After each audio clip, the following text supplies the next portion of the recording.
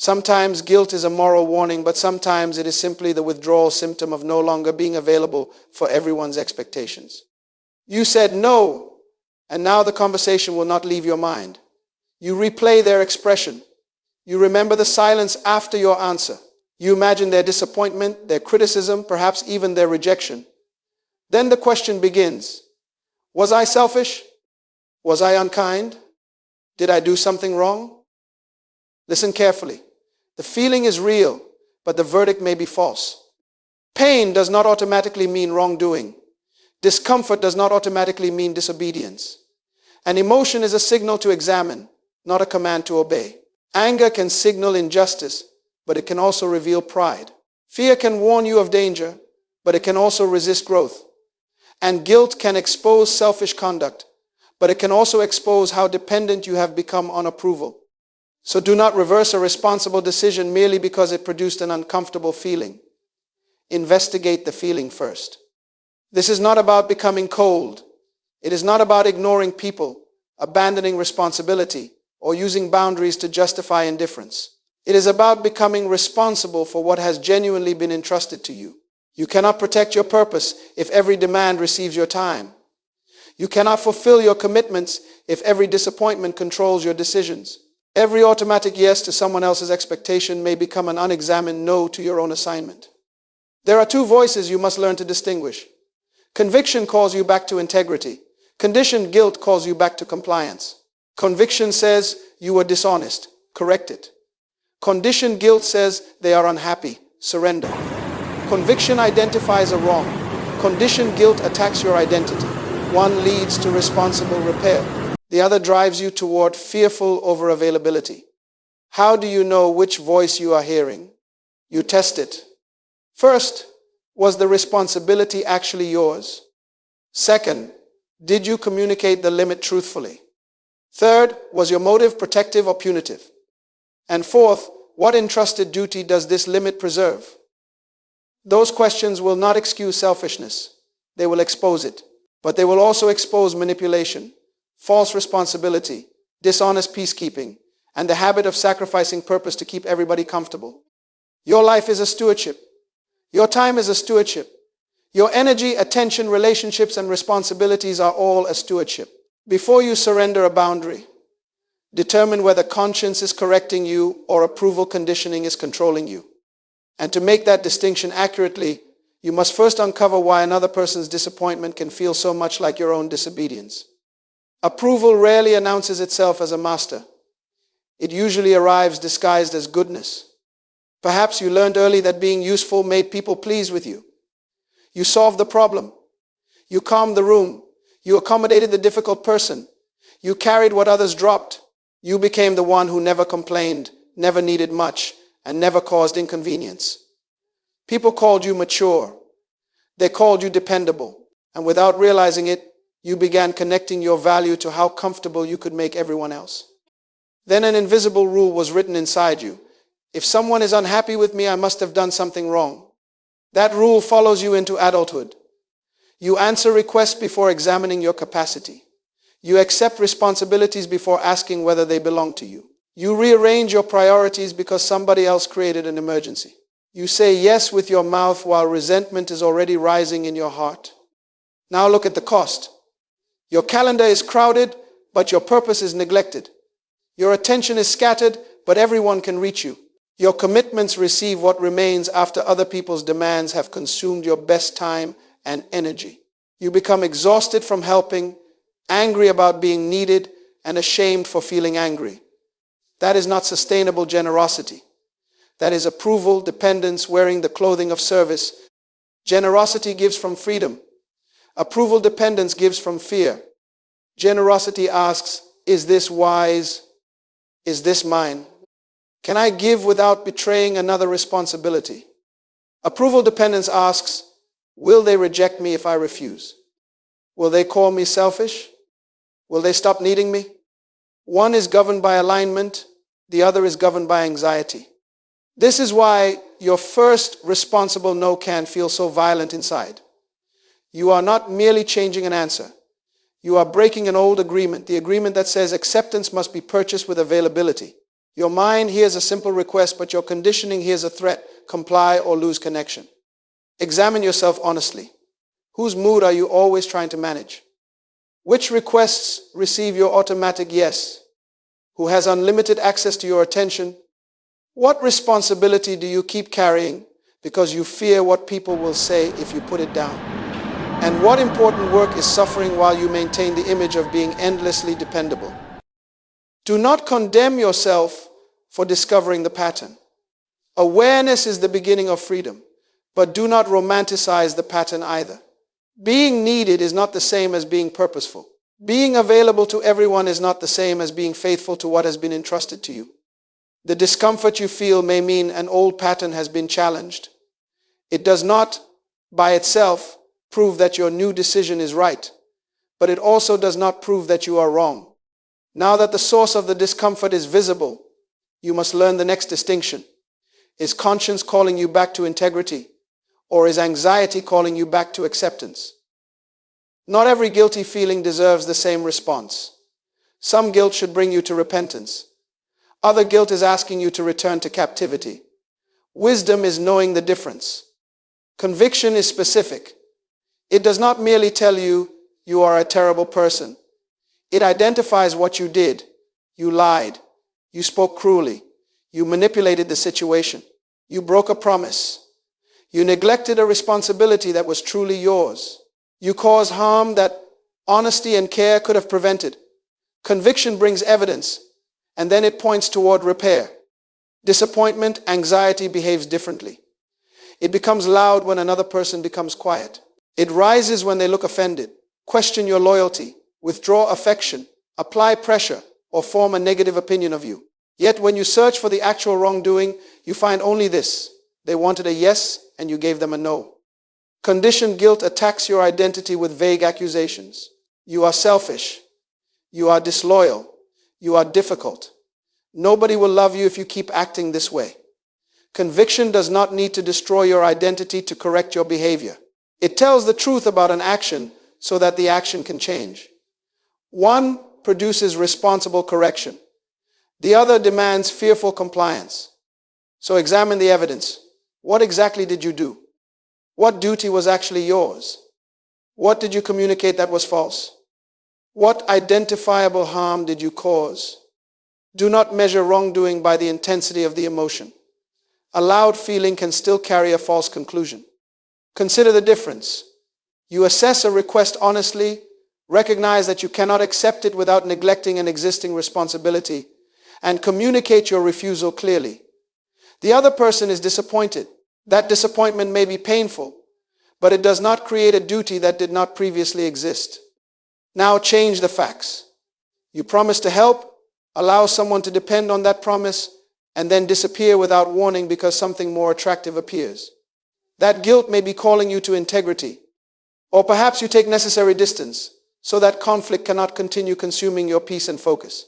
That can be protection. But if you use silence to make someone panic, beg, or suffer, the same outward distance has become punishment. The behavior must be examined by truth, duty, motive, and effect. Do not make either of the two common mistakes.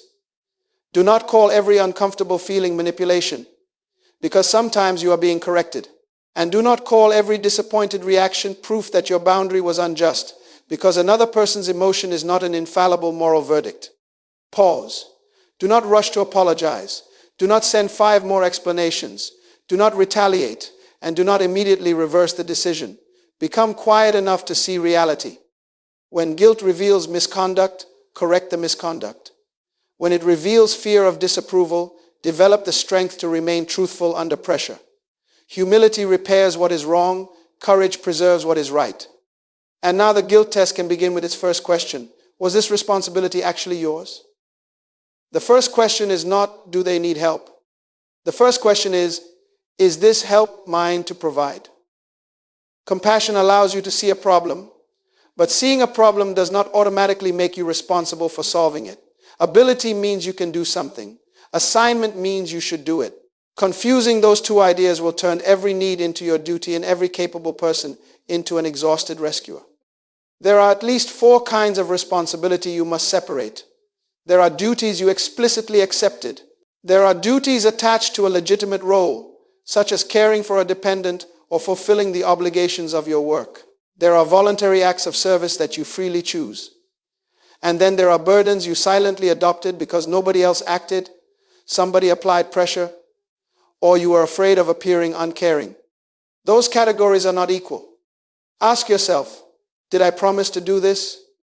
Is it mine by role, agreement, or commitment? Am I truly the only appropriate person to respond? And what would happen if the person who actually owns this responsibility were finally required to face it? Be careful with the language fear uses. They cannot cope without me. Is that a fact, or have they never needed to cope because you always intervened? It is easier if I do it. Easier for whom and at what cost to your priorities? People will think I am selfish if I refuse. Does that describe a moral duty, or does it reveal dependence on their approval? Chronic rescuing weakens both people. You lose time, energy, focus, and peace. The other person loses the opportunity to develop responsibility, experience consequences, negotiate honestly, or discover their own capacity. You become resentful because you are carrying too much, while they become dependent because they are carrying too little. But do not misuse this principle. A responsibility does not stop belonging to you because it becomes inconvenient. You cannot abandon a dependent, violate a promise, neglect your role, or rename irresponsibility as purpose. A boundary is not a spiritual disguise for negligence. If it is yours, carry it faithfully. Apply the test everywhere. Apply it to recurring favors, emotional labor, workplace requests, family expectations, interruptions to your time, and crises created by another person's repeated choices. Not every urgent voice represents your assignment. Not every family expectation is a legitimate obligation. Not every workplace request belongs within your role, but some do. That is why you must examine rather than react. Complete this sentence honestly. I care about this situation, but my actual responsibility is, and the part that belongs to someone else is. Responsibility produces clarity. Accept what is yours without resentment. Release what is not yours without cruelty.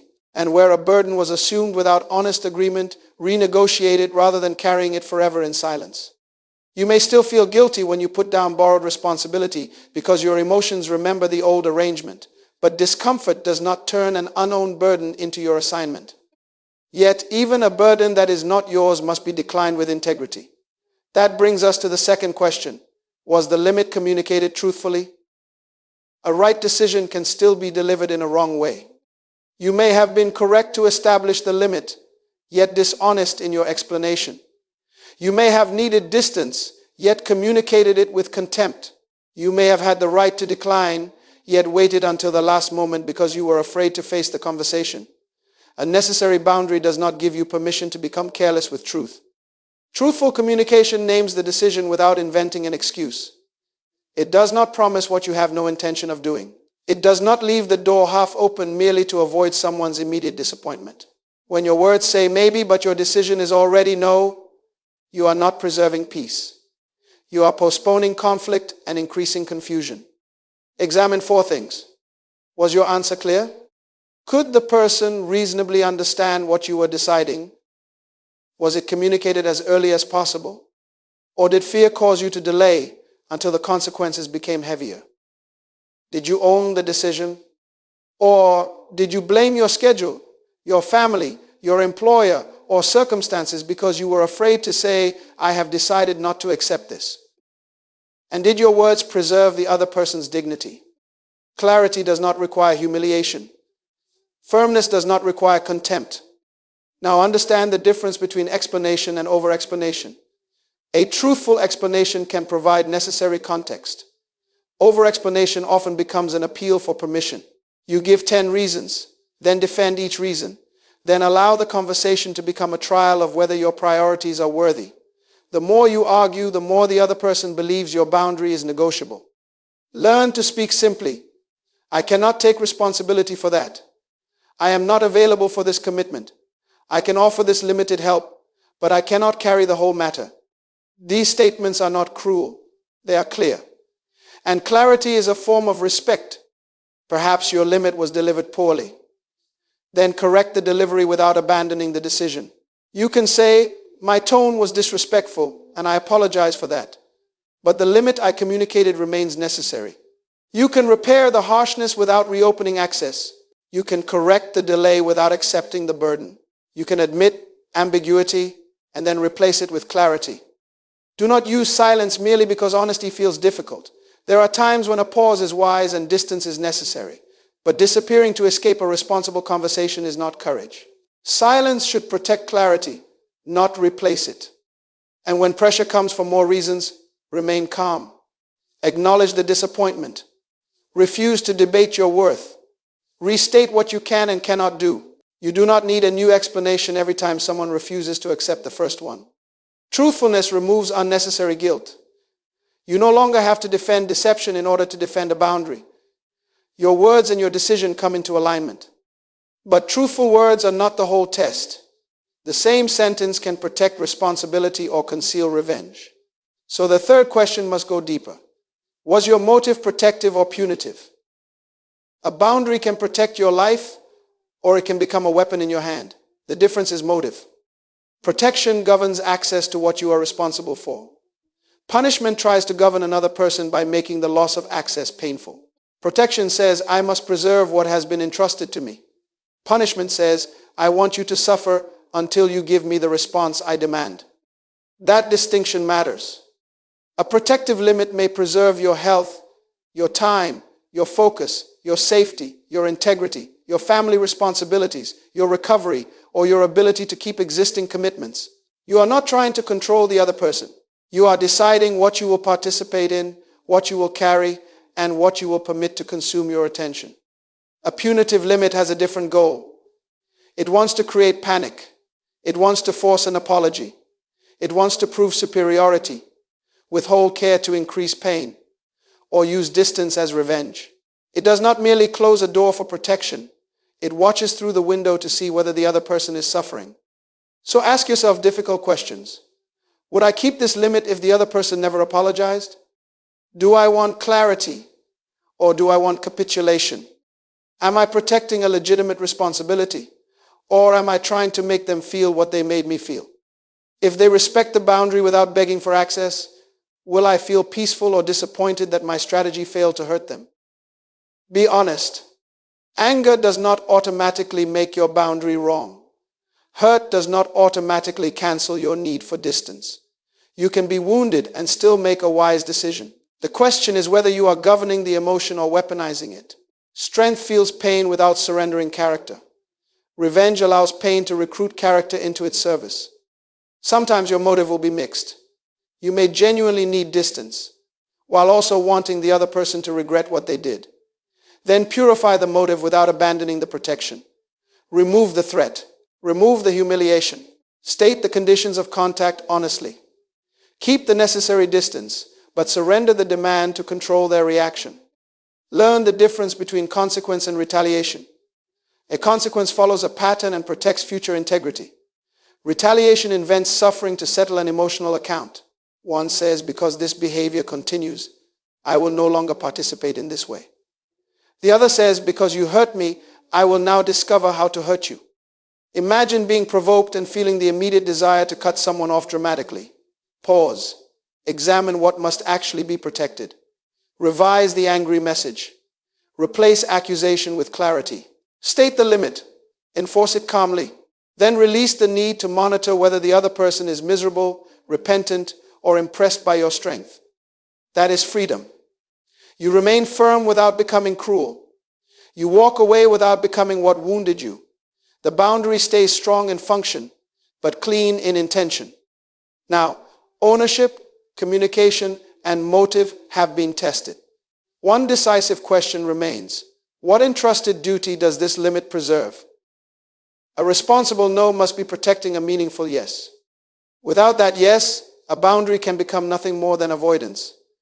It can become a convenient way to escape difficulty, responsibility, correction, or service. But when a boundary protects something genuinely entrusted to you, it becomes disciplined alignment. You are not merely moving away from a demand. You are moving toward a duty.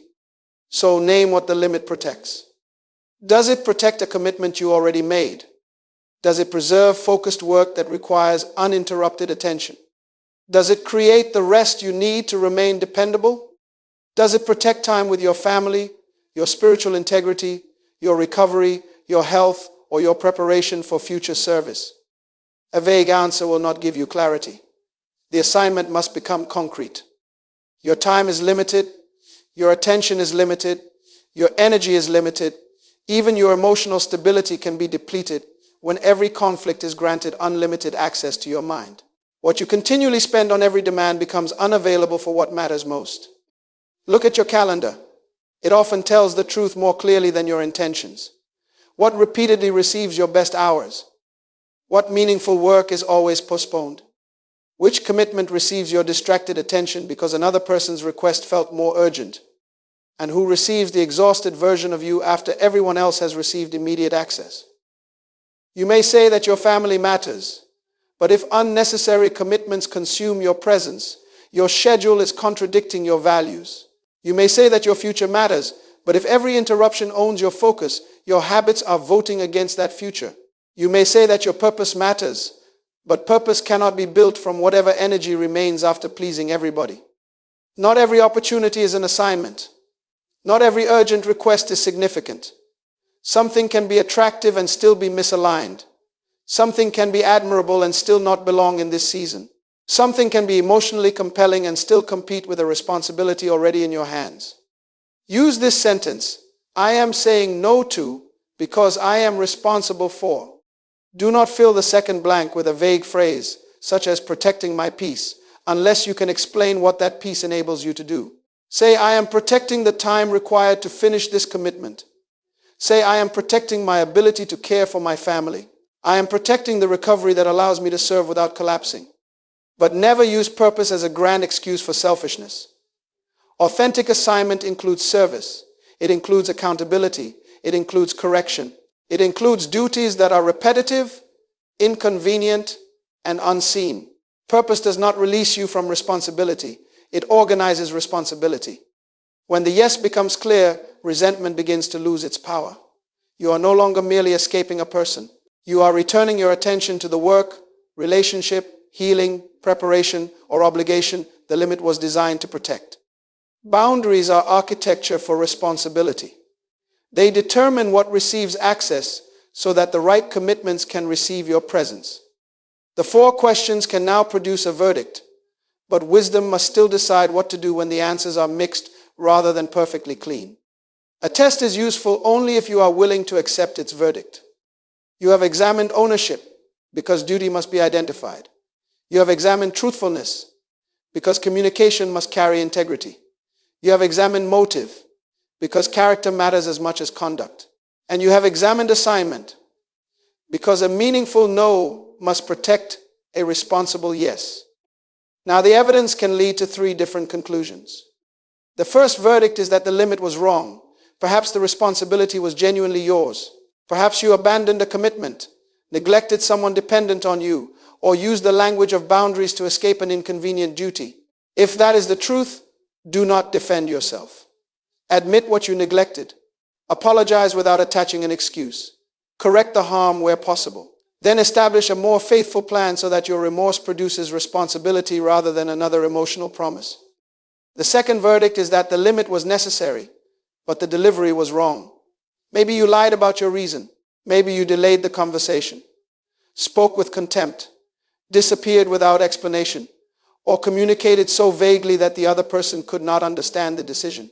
In that case, separate the boundary from the behavior, repair the falsehood, apologize for the harshness, clarify the ambiguity, but do not abandon a legitimate protection simply because its first expression was imperfect.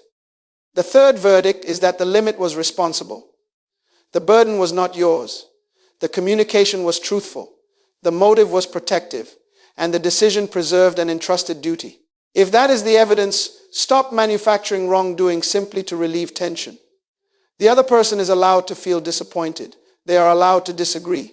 Their feelings belong to them just as your decision belongs to you. Of course, life is not always perfectly clean. Duties can overlap. Motives can be mixed. A limit may be right in principle but too broad in scope. You may need less contact rather than no contact, limited help rather than total withdrawal, a changed schedule rather than complete refusal. Adjustment is not surrender. Wisdom can refine a boundary without erasing it. When you need counsel, choose carefully. Do not ask only the person who benefits from your unlimited availability. Seek someone who respects both compassion and responsibility, someone willing to correct selfishness without rewarding fear-based compliance. Write the test down. Create 4 columns: responsibility, communication, motive, and assignment. Record facts, not accusations. Then read the evidence after the emotional intensity has settled. Do not keep retrying the case in your imagination every time somebody sends a message, changes their tone, or withdraws approval. Maturity is not defending every no. Maturity is becoming correctable without becoming controllable. It allows humility to repair what was wrong and courage to preserve what was right. But even after a sound verdict, the feeling may remain, and that lingering discomfort is the next challenge you must understand. A sound verdict does not always produce an immediate feeling of peace. You can examine the responsibility, review your words, test your motive, identify the assignment, and still feel your chest tighten. Your thoughts may remain restless. Sadness may follow you through the day. Fear may tell you that the relationship is collapsing. You may feel an urgent desire to send another message, offer another explanation, or weaken the limit just enough to make the tension disappear. Do not confuse emotional delay with moral failure. A changed decision does not instantly erase a rehearsed pattern. If you have spent years associating acceptance with availability, your inner life may interpret every no as a threat. If you learn that conflict means danger, another person's displeasure may feel unbearable even when you have acted honestly. Your judgment can reach clarity before your emotions learn to live there. Pain and error are not the same thing. You can grieve someone's disappointment without having wronged them. You can mourn the loss of closeness without believing unlimited access was healthy. You can miss your old role while recognizing that the role was exhausting, misaligned, or built on responsibilities that were never yours. Then resistance comes. They accuse you. They become silent. They bargain, flatter, create urgency, or offer sudden promises. And every response presses the old button inside you. Restore peace. Give in. Make them comfortable. Become available again. Be careful. Temporary relief is not the same as wisdom. Reversing the boundary may calm your anxiety tonight, but it can restore the very pattern that produced exhaustion, resentment, neglected priorities, and divided focus. Relief can be immediate, while the cost remains hidden. A decision is not wise merely because it ends an uncomfortable moment. Create space between what you feel and what you do. Reflect before responding. Pray before deciding. Rest before interpreting exhaustion as revelation. Read the facts you wrote during the 4-question audit. Establish a waiting period before changing a decision that was made carefully. Do not allow one emotional hour to overthrow an examined conclusion. This is emotional retraining. Every time you repeat a truthful limit calmly, you teach your inner life that disapproval can be survived.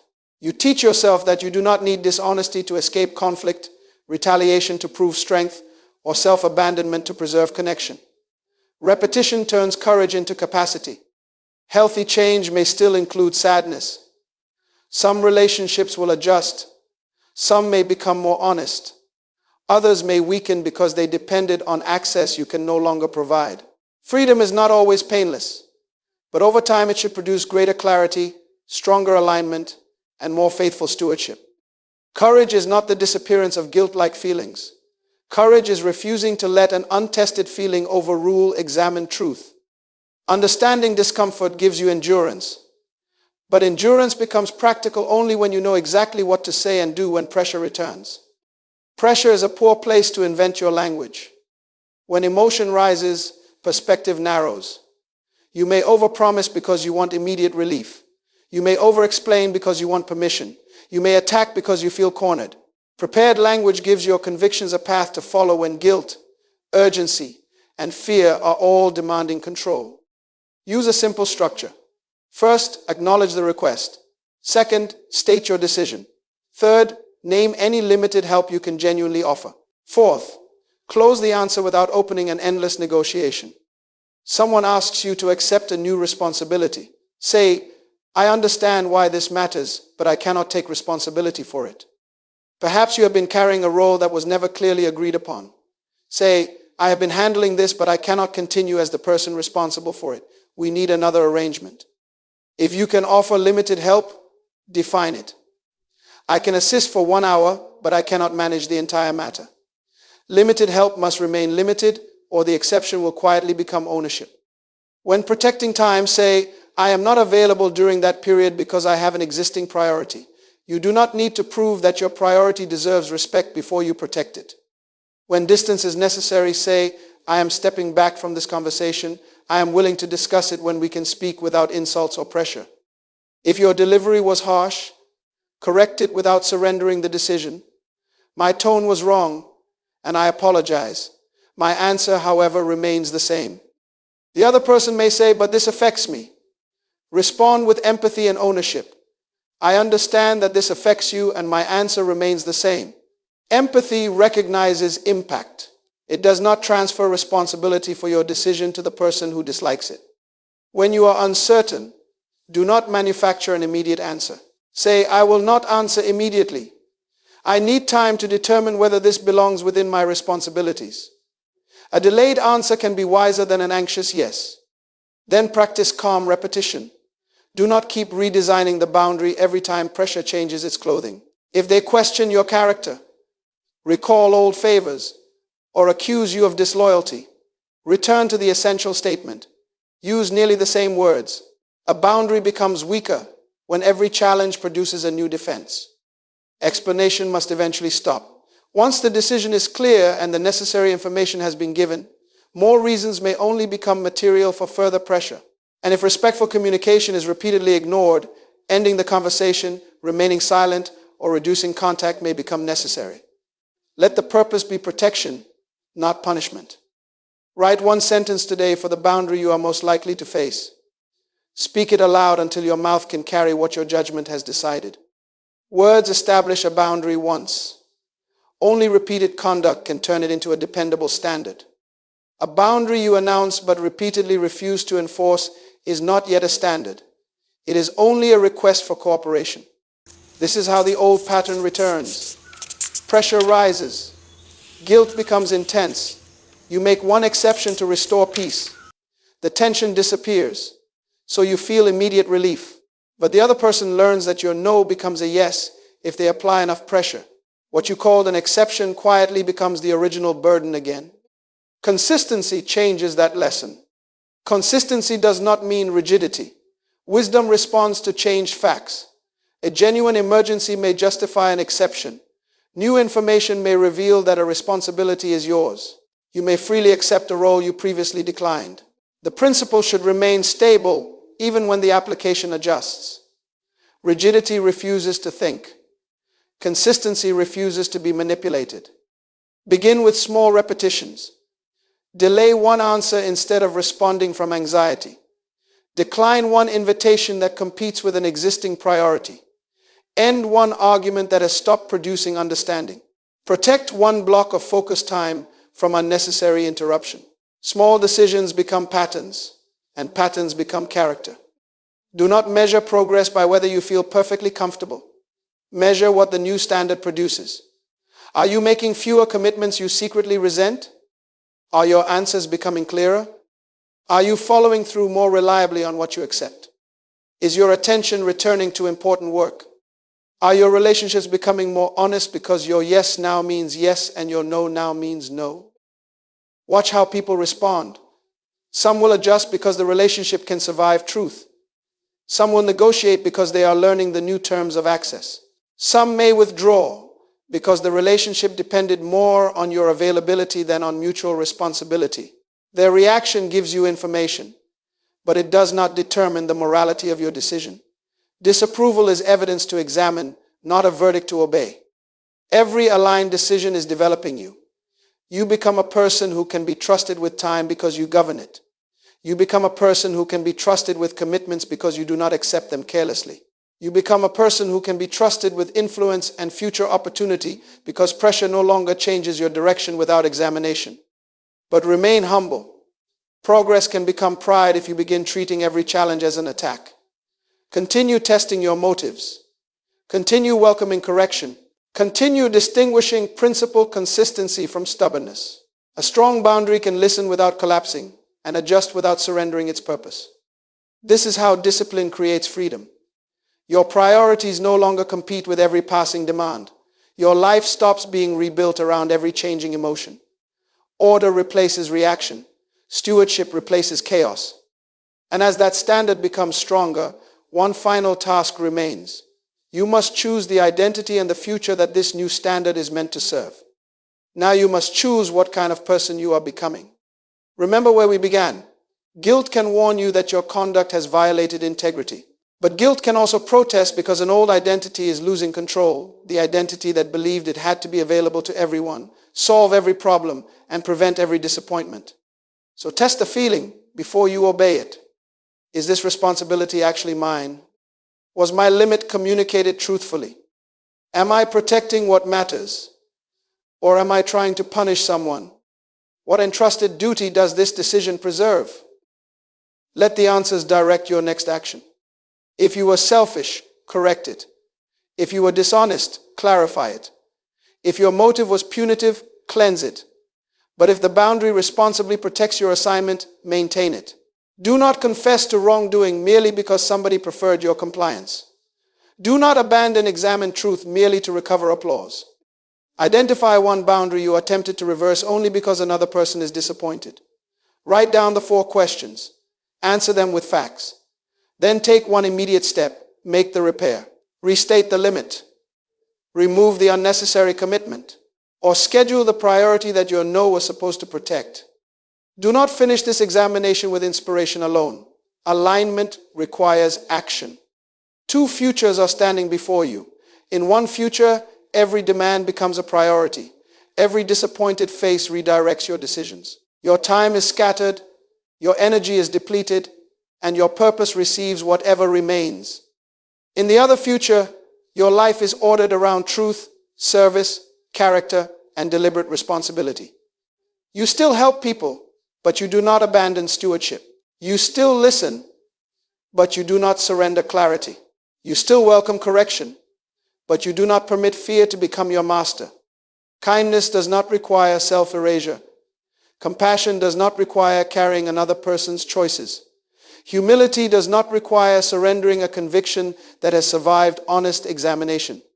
You were not created merely to remain available. You were created to become responsible, to govern your time, protect your priorities, honor your commitments, and give your best attention to what has truly been entrusted to you. Sometimes saying no to misalignment is how you become fully available to purpose. It is how you become more faithful in service, more dependable in responsibility, and more capable of meaningful contribution. The choice is yours. Return to approval-driven availability or move forward in disciplined stewardship. Choose the assignment over the applause.